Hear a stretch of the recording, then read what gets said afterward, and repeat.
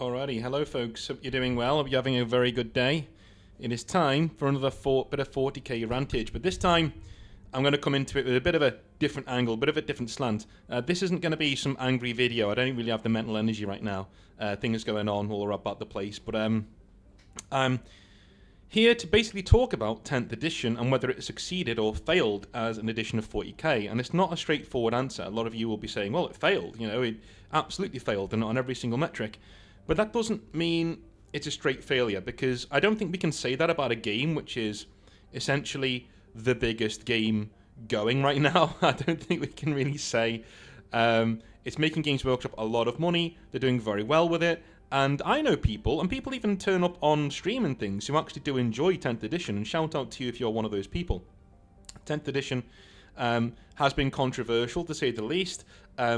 Bit less controversial than 9th edition. I think 9th edition divided the community quite a lot.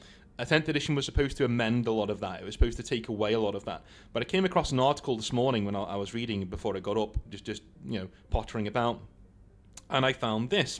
It is on wargamer.com, and it is from Timothy Linwood, and it's a very good article about 10th edition on by trying to make Warhammer 40k 10th edition simple, Games Workshop wound up making it way more complicated. So, this won't be a super long video. I've got tons of things on today that I've got to fly through before I can take a break later. But I thought I'd just come on and do this essentially. Anyway, FAQs and a 35-page core rules commentary are an inevitable side effect of Warhammer 40,000 10th edition's attempt to streamline core rules. This seems like a misnomer, right? You try and make it more streamlined, you try and make it more succinct, but in doing so, bloat starts to creep in, because you realise, I've done this myself, you realise, hey, I don't have a rule for X, Y, or Z, so I need to make up a rule for that, as things come up in the game. The trick of writing, in my opinion, a game that is really low on the brain power, but a lot of fun, is realising when you've done enough and allowing other people to take those rules and make their own if they want those rules in the game. Do you know what I mean? Any 40k edition should have rules for infantry, movement, shooting, attacking, cover, close combat assaults, deep striking, tanks, walkers. That's it, right? Those are the rules you need. Anything beyond that, and you're starting to really kind of, make it a bit, how do I put it, bloated, right? A bit unneeded. Let's go into what Timothy says, though, because it is quite interesting. So, the marketing motto for Warhammer 40k in 10th edition promised it would be complex, not complicated. That's an admirable game design goal and an excellent sales pitch, but boy oh boy, it's also the kind of manifesto promise that a critic like me can make hay with, and I did as well. At the time, I said that statement right there is corporate speak. It's not real, you know what I mean? It's one of those things where they're saying, the corporate buzzwords like streamlined economy, or let's touch base later, that kind of stuff. It doesn't actually mean anything. Complex, not complicated, doesn't actually mean much. Which is why a lot of guys like myself were looking at it and thinking, you're not telling us though. You're showing us certain rules. And I was guilty, and when 10th edition was dawning, of saying, hey, maybe we should give them a chance. A lot of this looks really promising. Thing is, what the game comes out like and what it remains like as codexes come out is what defines an edition. 10th edition, when it comes out, isn't defined by its release. Neither was 9th, or any other 40k edition for that matter. The game is defined by the codexes as they are released, and the rules as they change as the lifetime of the life cycle of the edition goes on. And as we're coming to the end of 10th edition's life cycle, and we're going into 11th now, we're sort of starting to see the legacy that 10th is going to have. We're at this point where we look back and we say, okay, so what was 10th edition? What did it achieve? What did it fall short on? And I think complex, not complicated, it fell well short. Well short, because it is complex, yes, but it is also very complicated. Anyway, 10th edition is not simple. But the problem isn't that the designers failed to make a simple game. It's that the pursuit of simplicity itself ended up making the game more complicated. Playing 10th edition Warhammer 40k requires a supplemental 35-page document packed with updates and commentary on the core rules, a 40k faction pack with the current errata and expansions for your army, and a further 3 update documents if you're interested in matched play. So how did it get this way? Yeah, well, Thing is, you can make a game that's complex, not complicated. It is possible. But when you expose it to the tournament scene, tournament players are going to take that thing and they're going to rinse it for every single bit of power that it's worth because they're in a competitive game space. This isn't a rip on tournament players, by the way. You absolutely deserve your spot in this hobby. You make it great. I love walking into a hall and seeing like a full hall of wargamers going about their business. It's awesome. But at the same time, when we introduce our games to you, I've done this with my own RPGs where I've given them to a friend of mine named David. He's a very, very, very good at breaking rule sets and making extremely broken characters. I will give my rule sets I did with Black Coats to him, and he will break the game in all the ways that he can, and I will come back and I will nerf or buff certain things as per usual. As a tournament scene, that's what you are to Games Workshop. You literally are there tearing apart their rule set and getting right down into nitty gritty and really hammering out what an army can or can't do on the tabletop. Now, again, I don't think this excuses Games Workshop. I think they could do a much better job of, shall we say, beta testing their rules, making sure that they've got people coming in who can actually play the game and stress test it and make it, and really get to the grips of where the failings are in the game system. But when they give this game system over to you, instead of saying, hey, it's not a complex game, we know it can be broken, number one rule, DBAA, where am I in the timing here? Yeah, DBAA, don't be an asshole. That's our main rule.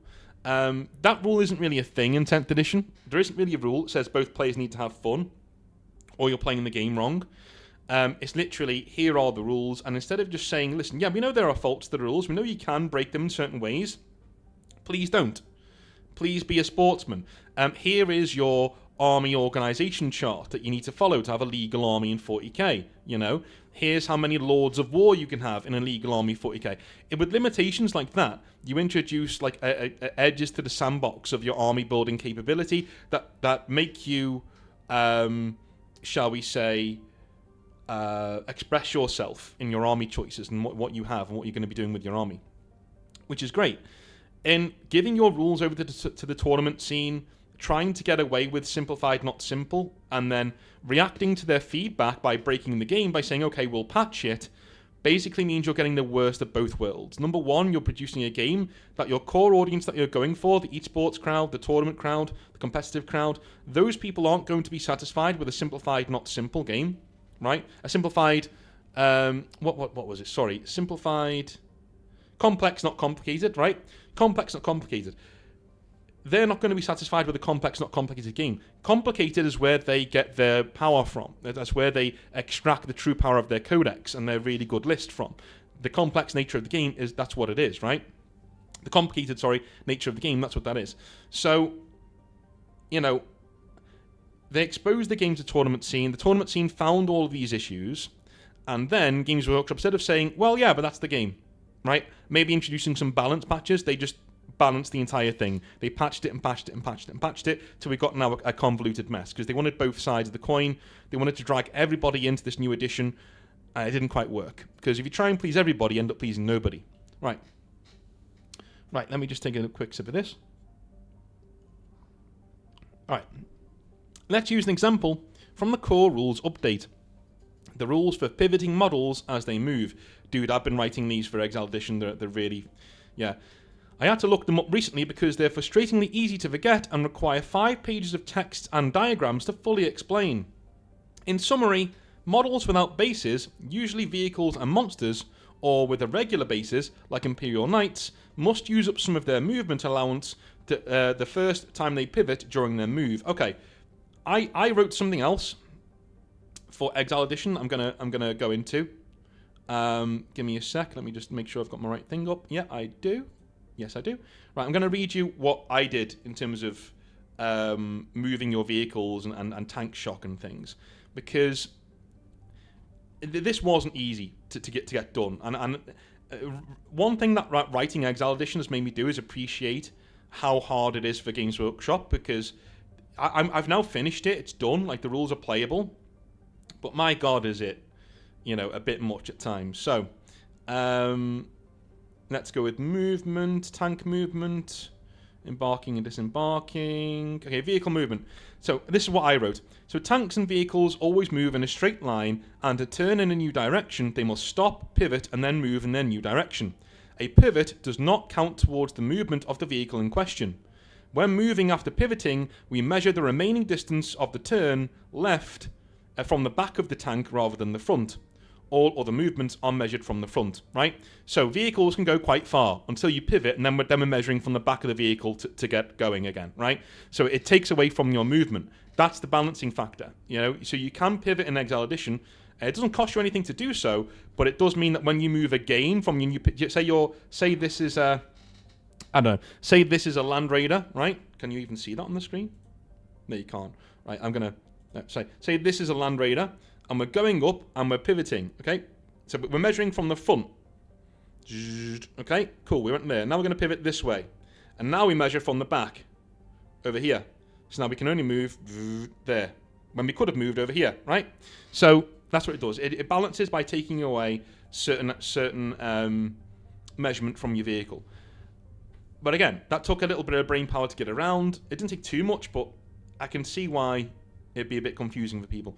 The 40k one is, you know, you must use up some of their movement allowance the first time they pivot. Okay, so how would you decide how much movement allowance you're using when you're pivoting? Do you have to measure from, where do you measure from? The center when you're pivoting your tank, or the side, or, you know, you're opening up. This is what Games Workshop do. That they will say something very simple that then opens up several different cans of worms further down the road, which is, you know, annoying, right? It's especially when you've got the solution right there. I think I found it with Exile Edition, right? You just measure from the back of you measure your current movement from the back of the tank because you pivoted. So you've lost a good, depending on how big, and also takes into account how big your vehicle is. So a Rhino won't lose as much movement as a Land Raider because its footprint is smaller. It's easier. It's more nimble to pivot, right? So when you burn a Rhino forwards and you pivot and you move again, it might get another 4 or 5 inches from its movement, right? Whereas if you use a Land Raider, it might only get 2 or 3 because the Land Raider is so big, it's using up most of its movement to just move after it's pivoted. That kind of a thing. These are very simple answers to a very complex question, and this is where I think Games Workshop kind of fall down. They fall down because they're giving very complex answers to what is a rather simple question of what happens to your tank after it pivots, you know? We don't need lots and lots and lots of pages of rules, to be honest with you, for this. The rule in the core book takes up a couple of sentences and in most cases has an almost identical effect. This states that the distance a model moves is measured using the part of its base that moves furthest along its path. And if a model does not have a base, measure using whichever part of that model moves the furthest. Again, yeah, that statement contains a multitude of the sins of simplicity. First, there's invisibility. The original core rules appear at the end of the paragraph for moving units, don't appear in the summary of that section, and don't have diagrams. They're easy to overlook and easy to forget. Not everyone will miss them, but if 2 players who understand the rules differently meet, you have the basis of an argument. You do indeed, yes, because it is very vague, right? One thing about the Exile Edition, I can say it's not vague. It's very black and white. And when you are forced to introduce vagueness, it is in the rules of if you can't agree for more than 1 minute on something, you roll a d6. On a 1, 2, and a 3, the attacker, the person whose turn it is, they're right. On a 4, 5, 6, the person who's not, it's not their turn, they're right. That's it. You move the game, you get the game going, right? And you accept whatever happens. Then there's ambiguity. The distance a model moves is measured using the part of its base or hull that moves furthest along its path. But when exactly do you need to track the displacement of that part of the base? It could be the distance between the first and final positions, but as vehicles can't move through many forms of terrain, they don't need to pivot, perhaps more than once, to complete a move. So, do we need to account for the displacement of the model part we're tracking for every pivot? The results are different. Again, yes. There are ways to write simple rules, and in the Exile Edition, it doesn't matter, right? You've moved, you've pivoted, now you're measuring from the back of the from the back of the tank, right? So basically, with a Land Raider, if you move forwards 6 inches and then you pivot, the rest of your turn you're measuring from the back of your Land Raider. That's where you start your move, from the back of your Land Raider. Basically, it means that you've lost 4, 5, maybe even 6 inches of movement because you've been grinding your tracks around to turn the vehicle around, right? There are certain vehicles in Exile Edition that won't do this. Flying vehicles, for instance, they don't need to do that when they pivot. They don't get that debuff. They can just go, pivot, and move straight from the front again, because they're not attached to the ground. You know what I mean? That kind of a thing. So you can introduce complex things into your game, as long as you make sure that the complexity is aiding in the flavour of the game you're playing. Another problem with simple rules is inadequacy. The core rules update explains how to handle moving models that overhang their bases through gaps between terrain that can accommodate the model's base, but not the model itself. The core rules don't include an explicit provision for this, but Warhammer 40k is a system in which both the physical model and its base can be relevant to the rules, and clearly enough people had trouble with this rule that Games Workshop felt a clarification was necessary. It is possible to simplify a rule set without running foul of these problems, but there is a big trade-off. Making rules simple, unambiguous, and easy to remember can only be achieved if you try to make the rules cover fewer scenarios. You can reduce variation between units, use fewer subsystems, or make those subsystems less expressive. In a word, abstraction. The results can still be great games. Grimdark Future or Kings of War stand out as good examples, but they do have a narrower scope. Yeah, I will say this. They do have a narrower scope, but also the games generally move much quicker. And they're far more, shall we say, good-hearted games, I've noticed, in Flames of War, Kings of War, and Grimdark Future. These are all games that the players tend to get along much better. It's not seen as an Olympic sport. Everybody gets on with it. Everybody has fun. And you're basically throwing dice and playing with toy soldiers. You know, it's not a big thing. You do have tournaments. I've run a Grimdark Future tournament. It was fun. But, you know, that's where we are. Truly simple design has never stuck to Warhammer 40k.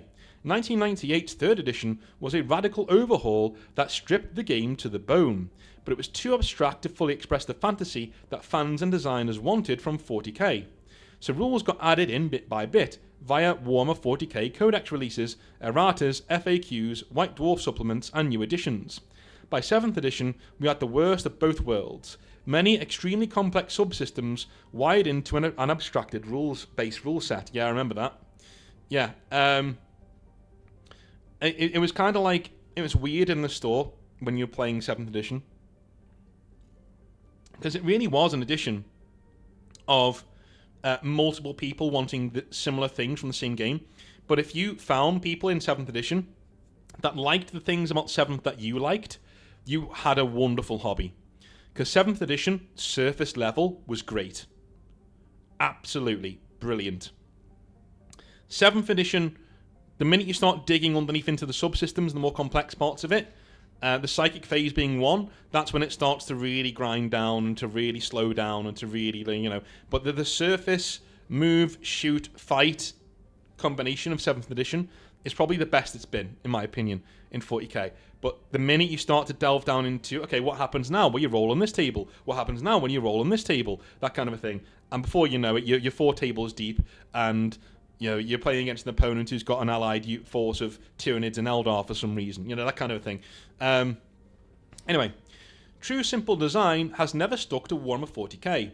1998's 3rd edition was a radical overhaul. Okay, I've already read that.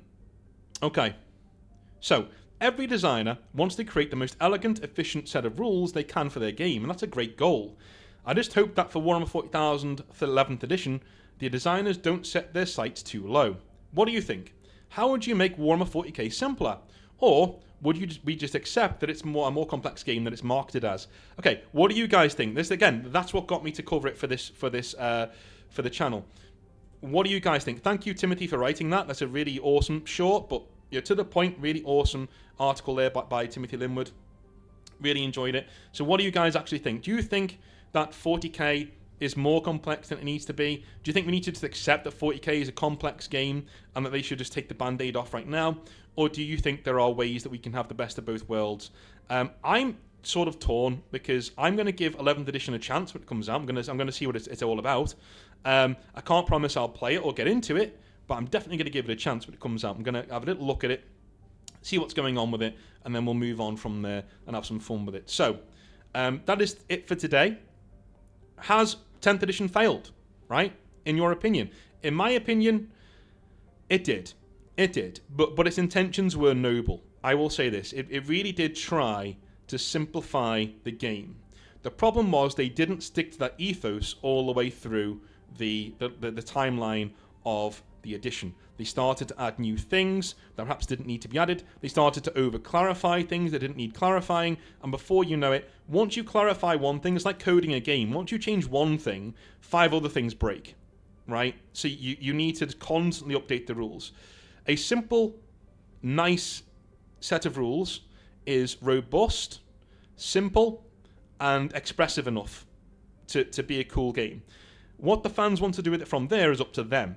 So you may have tournament circuits that have their own set of the rules, right? Where this is what we play here, or there may be a tournament industry standard of the rules that aren't the same as Games Workshop's. They're a bit different in certain ways, and with lots of more subsystems underneath.